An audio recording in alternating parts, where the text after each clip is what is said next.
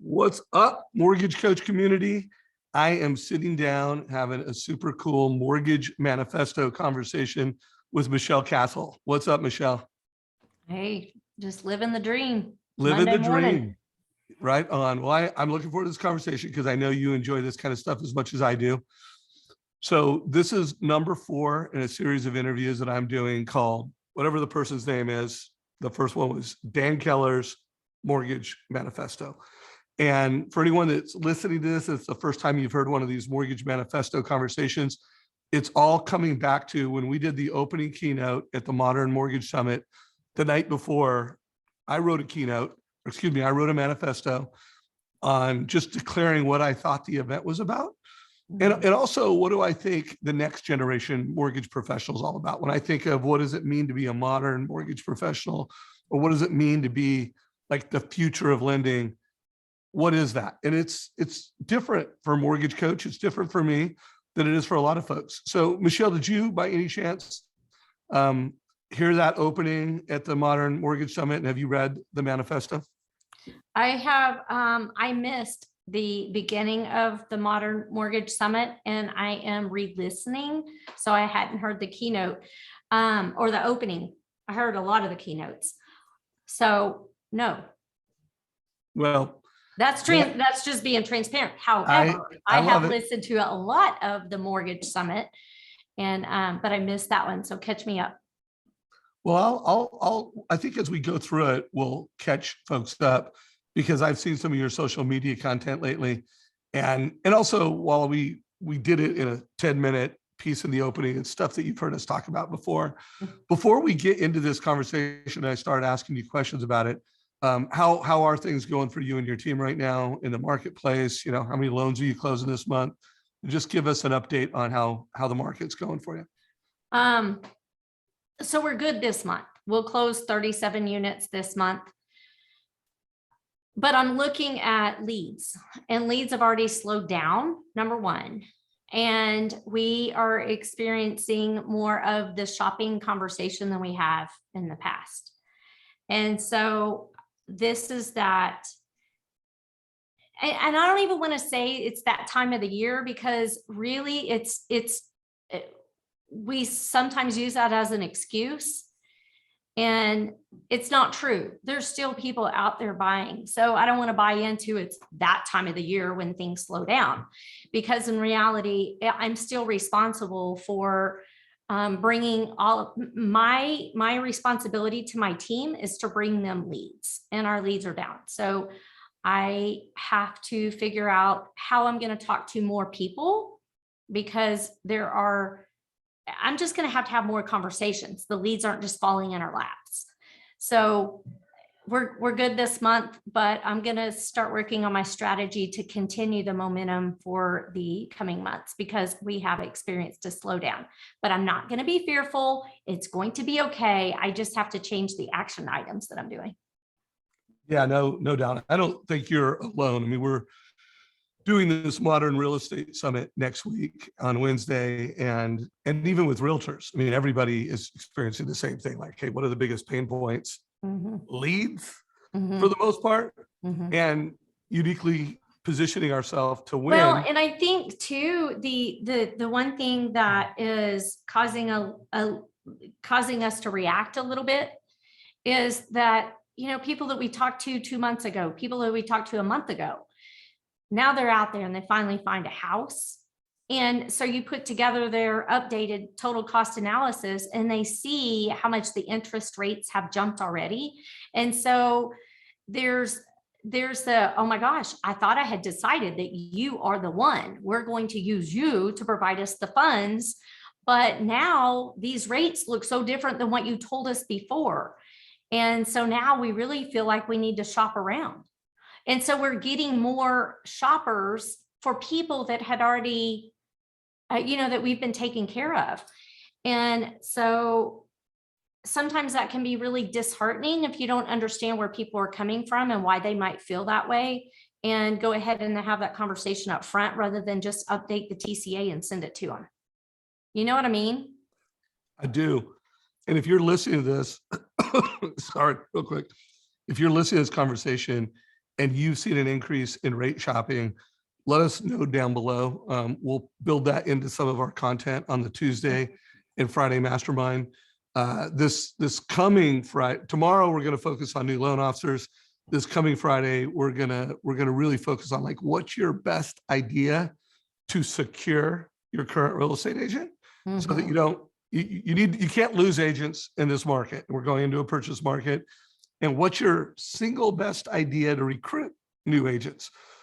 So mortgage coach community, if you've got some ideas on that, put them down below, and don't miss this Friday's mastermind on that. And that's Michelle, such a great content topic. if So you glad want covered to, it. if you want to be one of the guests on that, you're invited. Well, let's get into this manifesto conversation. And I'm going to show it to everyone. There's copies of this in our Facebook group. So Mortgage Coach Productivity, it's in the file section. And then I also posted it, so it's in LinkedIn and what's called SlideShare. So there's a couple different links. And this was the intention of the Modern Real Estate Summit, and also the intention of Mortgage Coach. And that is, we come from this place that there is literally a financial literacy crisis in America. People don't come out of school knowing how to make great liability decisions. They don't come out of school really being fiscally literate in most cases. And we think that the mortgage industry as a whole could solve that problem. Like between the number of families that are thinking about getting loans and the amount of financial literacy we could give them, but even just creating social media content. I'm seeing more mortgage coach leaders as guests in college classes, as guests at high school financial planning classes. So if you're a mortgage professional, the calling here is be an expert at teaching these strategies, and then create social media content, deliver it to your consumer, speak at schools, and let's change that as an industry. So I guess I want to start with my first question is, when you read this manifesto, what are some things that really shout out to you? And then the second question is going to be, and are there any stats that are missing? Or like when you write your Michelle Castle manifesto, are there some things that you would add to this? But let's just start as to what jumps out to you that you really are passionate about and aligned with. So I've been teaching in the schools for a while about credit and budget and finances and how to take out smart loans and the difference in a bad loan and a good loan. Because I want, oh my gosh, it's a message that we all should be talking about. And it was amazing when I was raising my kids, how many of my kids' friends would come over for that conversation because they didn't learn it at home. And you know why? Because their parents didn't know it. So the assumption is when people come to us and they're applying for a mortgage loan that they know these things. They don't. They just needed a house to live in. And they wanted a house that they felt they could afford, whether rent or own. And then they grow up and they're adults before they're even ready to be adults. So we have an opportunity. It's more than a mortgage when you're really passionate about what you do. So those conversations doesn't just need to stop at mortgage. It should be an opportunity to educate them. But you have to be really curious about where they came from, what they do know, what their experiences were in the past, and what knowledge you could bring to them that would be beneficial to be more than just mortgage. So I love you guys were talking about, it's a conversation that we've got to talk more about. But so whenever you first talked about that at the Modern Mortgage Summit, my first thoughts were not necessarily those high school kids and all of that. My thoughts were, does my team know that it's more than just a mortgage? Because they're the ones talking to my clients most of the time. So whenever you are talking to them, how do you peel back the curtain and really open up for a conversation to not just be about payments and how much money out of pocket, but to empower them with knowledge so that they know what questions to ask to get the door opened to talk to people without people feeling like you're judging them. right? You have to be really careful about what you say whenever you say, hey, I'm looking at your finances and it looks like you're maxed out and you're not being smart with your money. You can't say that. But what questions should you ask, and how do you even start that conversation? Yeah. And then, what kind of documentation do you create around your training? When I did the interview with Dan Keller, he's got this whole wealthy homeowner platform, and he's got this webpage, Budget with Dan. And he's got a lot of tremendous content, where he's talking to people and he's helping them, hey, you need to have a reserve account, and you need to do budgeting, and are you maxing out your 401k and all these things. But there's always more that can be added to it. And I think a lot of times as mortgage coaches, we take for granted just the different tactics and things that you do to help a family make a decision around liabilities. So anything missing from the manifesto that you'd put in yours? Like if you were writing just the Michelle Castle manifesto, is there any concepts missing or any phrases that you use a lot that you would put in there? One thing that I'm not looking at is really what is the average. People need more education around credit and credit scores, because that also determines their finances. So I love that conversation of, how much does a low credit score cost you? Because it costs them in car purchases. It costs them in car insurance premiums. It costs them in obviously a mortgage loan too. It costs them in credit cards that they have available to them. So it's really hard to have a conversation about finances without weaving in the conversation about how much is your credit costing you. No doubt. And that was one thing we put in the manifesto, but also student loans and DTI and things that families don't know about. I mean, I didn't know about it until recently that there were 45 million people in America that had student loans. There's 49 million mortgages. So almost as many people that have a mortgage have a student loan. I didn't know that. And I didn't know, according to the CFPB, that 27 million of those folks qualify for either a reduced monthly payment or actual forgiveness and elimination of some of that debt. And they're just sitting on it. They don't even know it. So what do you think are the bigger issues, at least for you and the families you serve? Credit, down payment, or debt to income ratio?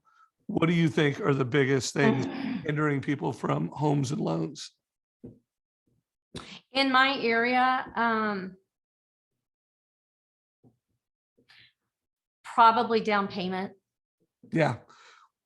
When I did the survey in the Mortgage Coach Facebook group about a week or two ago, I did a poll, and what I was shocked about was that credit came in last, down payment came in first, and debt to income came in second. And debt to income and and down payment were pretty close. Like one of them got 40 votes and one of them got like 38.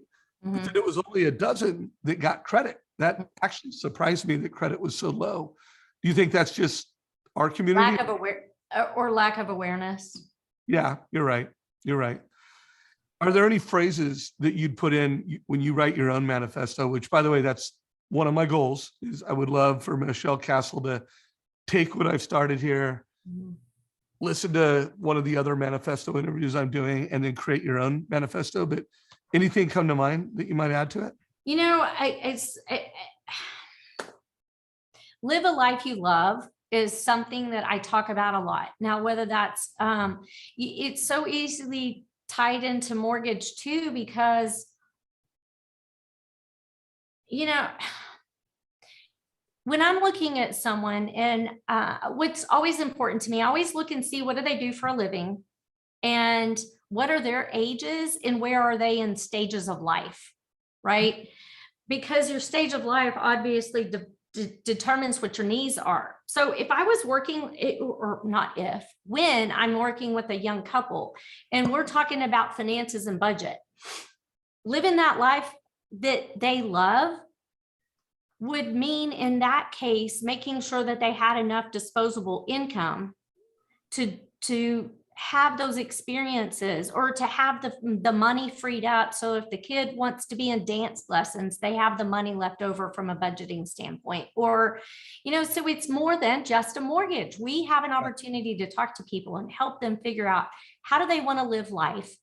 And how does that play into the purchase of a home? And what can I do to relieve the financial pressures of living that life they love? Right? Does that make sense? Makes total sense. Makes total sense. So are you game with coming up with your own mortgage? Yeah, manifesto? I'm making notes right now as we're talking so that I can do that. All right, so maybe we'll do another call on that, or maybe I'll make it a Friday mastermind topic. And for all the people that I interview on this, and then what about this? What percentage of loan officers, because you're a coach, you're a mentor, you've been in this industry for a long time, do you think are, let's just put them into buckets, transactional, and they may be super successful, but they're not providing a lot of financial literacy within the mortgage sales experience, versus the loan officers that are really true advisors, and every family they serve not only makes a great transactional decision and gets good execution, but gets a little financial literacy? What do you think the percentage is in those two buckets? 10 to 15% are probably really taking it to the next step and providing financial literacy. Community, what do you think? If you're listening to this right now, what percentage of loan officers? I mean, one thing I know for sure is that there's a little over 13,000 mortgage coaches, and I know there's 150,000 loan officers. Now, obviously, there are more people with an MLO license than that, or MLS license. But in terms of like who is a practicing, loan officer in the market, about 150,000, little less than 10% are mortgage coaches. And guys, we want 50% of loan officers to be advisors, mortgage coaches. So cool. Any closing thoughts before we wrap up this conversation?